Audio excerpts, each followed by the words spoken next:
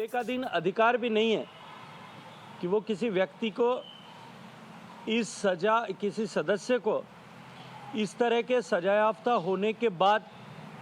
उसकी सदस्यता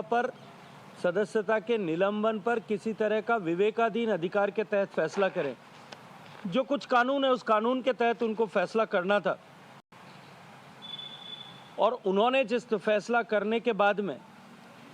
लोकसभा अध्यक्ष के द्वारा फैसला करने के बाद में जिस तरह की टिप्पणियां की गई, जिस तरह की अमर्यादित बातें की गई, कि निश्चित रूप से उनके अहंकार के साथ साथ में वो अपने आप को क्लास अपार्ट जिस तरह से समझते हैं, गांधी परिवार अपने आप को व्यवस्थाओं से, संविधान से ऊपर जिस तरह से समझता है, ये एक बार फिर परिलक्षित हुआ है। गांधी परिवार के ही नुमाइंदे जिस तरह से परिवार भक्ति में आगे बढ़ चढ़ करके टिप्पणियां कर रहे हैं, जिस तरह की चर्चाएं कर रहे हैं, प्रमोद तिवारी जी जिनको अभी हाल ही में लोकसभा राज्यसभा की सदस्यता देकर के पुरस्कृत किया गया है, उन्होंने तो पराकाष्ठा यहां तक कर दी कि भारत में गांधी परिवार के लिए एक अलग कानून होना चाहिए। उनको सामान्य कानून के तहत देश के सभी नागरिकों के लिए जो कानून लागू है उस कानून के तहत उनके ऊपर कार्रवाई नहीं की जा सकती है।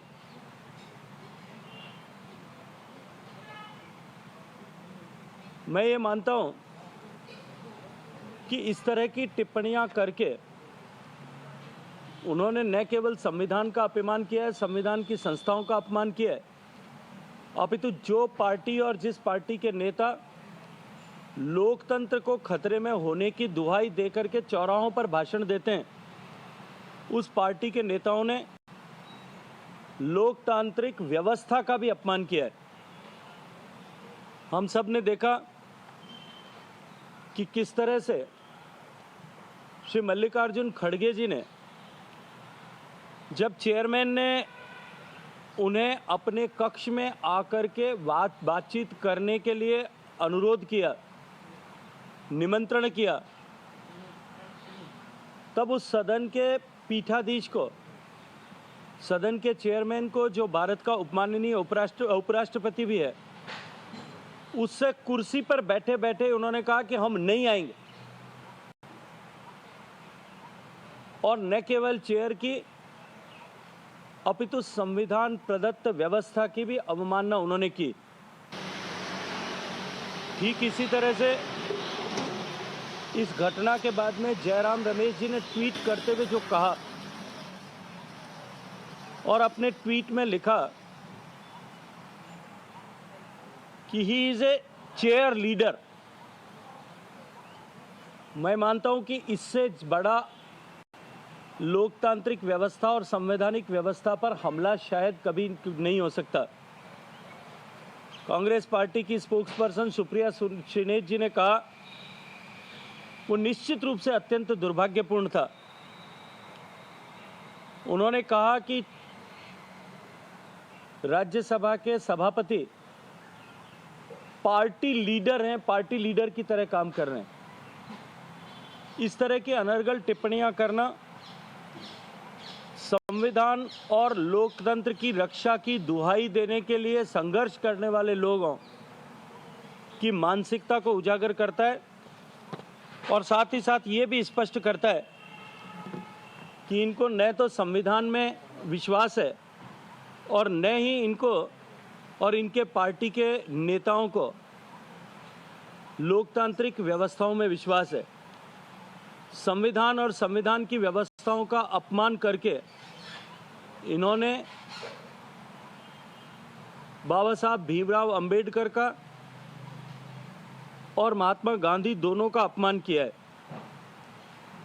इस विषय में मैं आगे एक चर्चा और करना चाहता हूं कि आजकल देश में एक होड़ मची है भ्रष्टाचार के केसेस में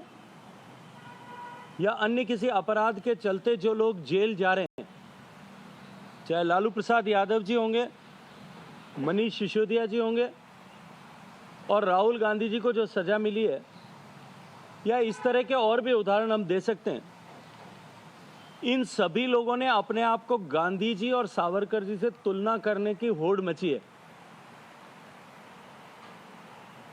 राहुल गांधी जी ने भी सावरकर जी का नाम अप्रासंगिक रूप से जिस तरह से घसीटा,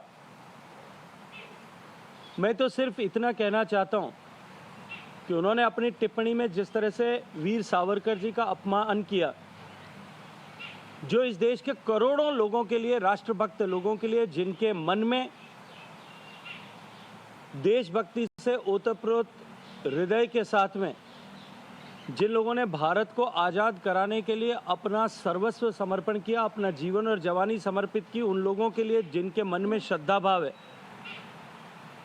अपनी इस अनर्गल टिप्पणी से उनको भी आहत करने का, उनकी भावनाओं को भी आहत करने का काम किया है। मैं तो राहुल गांधी जी से कहूँगा कि अच्छा है आपने ये कहा कि आप सावरकर नहीं हैं। अगर आप सावरकर को जानना चाहते हैं तो एक बार जाइए उस अंडमान की जेल में, काले पानी की जेल में जाकर के 5 मिनट तक उस काल कोठरी में मौन बैठ करके देखिए। वहाँ की दीवारें आज भी सावरकर के संघर्ष के जो साक्षी रही हैं,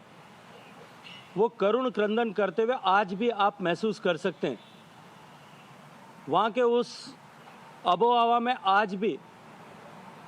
जो सावरकर ने यातनाएं सही, उनके साथी कैदियों ने जिस तरह की यातनाएं सही, उन यातनाओं को चल करके वहाँ का परिवेश ने जिस तरह के आंसू बहाए थे, वो आज इतने दशक बीत जाने के बाद में भी वहाँ महसूस किए जा सकते हैं।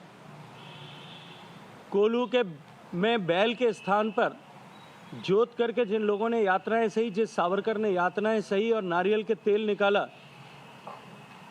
उनके पदचाप को आप वहाँ जा करके अपने हाथ वहाँ रख करके महसूस करने की कोशिश कीजिए। तब आपको सावरकर का संघर्ष समझ में आएगा, जिसने 10 से ज़्यादा साल तक केवल 2 कटोरे पानी के सहारे अपने दिन गुजारते हुए भी न केवल अपना मनोबल बनाए रखा, अपितु अपने साथी कैदियों का मनोबल भी न टूट जाए, इसकी भी चिंता की, और हजारों पन्नों की अमर गाथाएं अपने हाथ से दीवारों पर लिखी थी। ऐसे महान स्वतंत्रता सेनानियों का अपमान करने से पूर्व आपको निश्चित रूप से 7 बार सोचना चाहिए। और यदि आपने ये पाप कर भी दिया है तो मैं आग्रह से कहूँगा कि आपको जाकर के इस पाप के प्रायश्चित्त के लिए वहाँ जाकर के और माफ़ी मांगना चाहिए, और देश के उन करोड़ों करोड़ लोगों से भी माफ़ी मांगना चाहिए जिनकी भावनाएं आपके इस स्टेटमेंट के कारण से आहत हुई है। लेकिन मैं ऐसा मानता हूं कि ये राहुल गांधी जी का ये स्टेटमेंट भी और उसके बाद में दिए गए उनके पार्टी के लोगों के भी स्टेटमेंट भी ये इस बात को दर्शाते हैं कि आप अपने आप को क्लास अपार्ट समझते हैं, इलीट समझते हैं और व्यवस्थाओं से ऊपर समझते हैं, और इसी के चलते आप जाकर के देश का अपमान देश के बाहर जाकर के करते हैं।